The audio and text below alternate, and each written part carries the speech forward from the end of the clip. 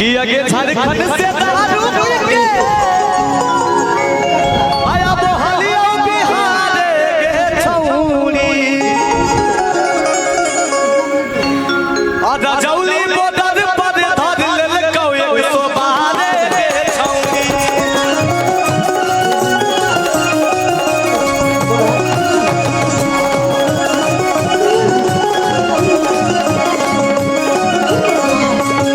अपने ना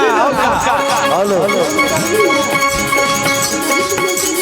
मुहा में पाई बजे के कहल फुक मारे के छौनी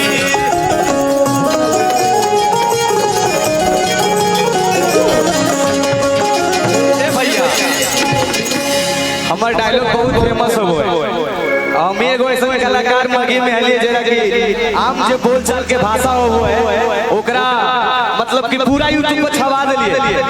मगी बोलचाल के भाषा यूट्यूब पर मिलेले सुने नहीं मिलो डायलॉग के गाना में नहीं डायलॉग और सारा हम बोल बोल के जो है ना अपना जो होता है हमारा कल्चर का कहानी पूरा कह दी कहाँ ही गए मिल नहीं मिल इतने तो बोलवे करते थे भैया 10 और ये सब आप लोगों के चलते हुआ आप लोग का प्यार से हुआ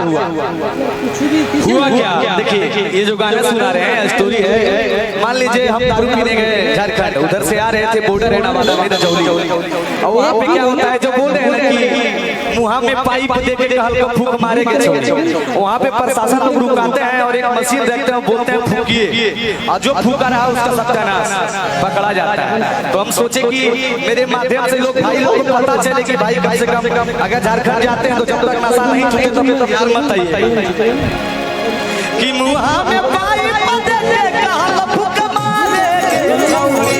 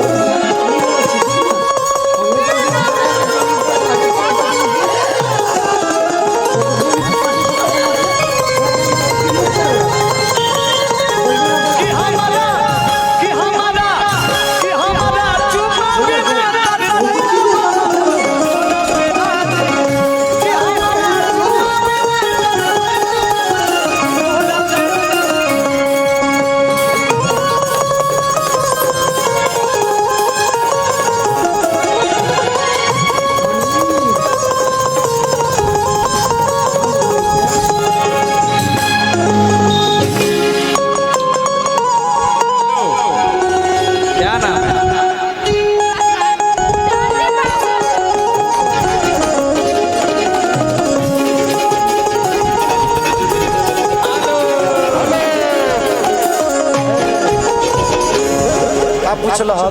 है मैडम? आपका कमर है कि कमरा है? बहुत हिला रही हैं आप, गौर कर रहे हैं। बजाइएगा भैया,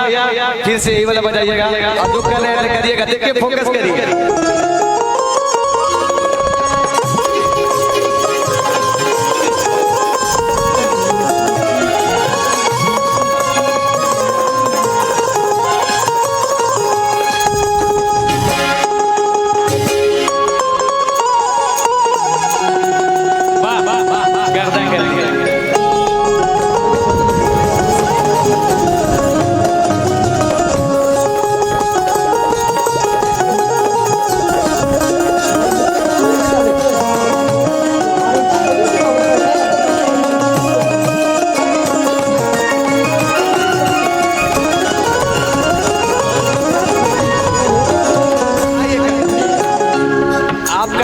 आप सब लोगों का जान है और क्या जेल होई गेल बेल का दवाई दे